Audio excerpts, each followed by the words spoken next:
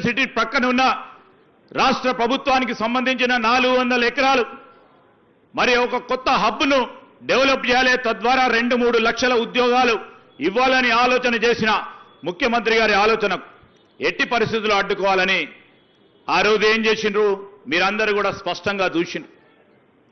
Social మీడియాని ఉపయోగించుకొని మన రాష్ట్రంలోనే ఏనుగులకు సంబంధించిన జనాభా లేదు, ఒక్క ఏనుగు కూడా లేదు మన రాష్ట్రంలో. వాట్సాప్లో పెట్టిండ్రు ఏనుగులు పోతున్నాయని.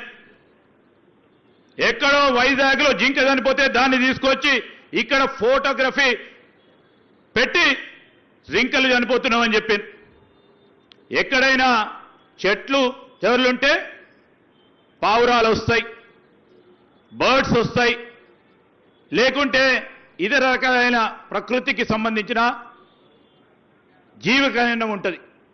అవన్నీ తీసుకొచ్చి దాన్ని ఎట్టి పరిస్థితుల్లో అడ్డుకోవాలని అద్భుతంగా ఆర్టిఫిషియల్ ఇంటెలిజెన్స్ అనే టెక్నాలజీని ఉపయోగించుకొని ఈ రాష్ట్ర పరిధిలో అభివృద్ధి జరగొద్దు, ఈ ప్రాంత ప్రజానికానికి ఉద్యోగాల సంకల్పన జరగొద్దు, మా రాజకీయాలే మా ముఖ్యమని ఆలోచన చేసిన పార్టీల పరంగా మీ అందరూ కూడా చూసిండ్రు. అయినా కానీ ఈరోజు ముఖ్యమంత్రి గారి ఆలోచన సంకల్పం ఆగేది లేదు.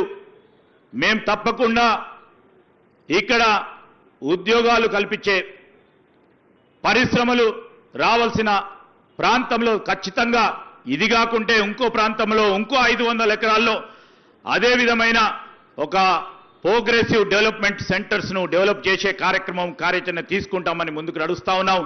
మీ అందరి ఆశీర్వాదం కూడా కోరుతా ఉన్నాం. మీ అందరి ఆశీర్వాదంతో ఇలాంటి ఫ్లైఓవర్లు రాబోయే 3 సంవత్సరాల కాలంలోనే ఈరోజు మన ప్రాంతాలకు సంబంధించిన ప్రాంత వాసులకు నిరంతరం ఎక్కడ కూడా ట్రాఫిక్ ఇబ్బంది లేకుండా పీక్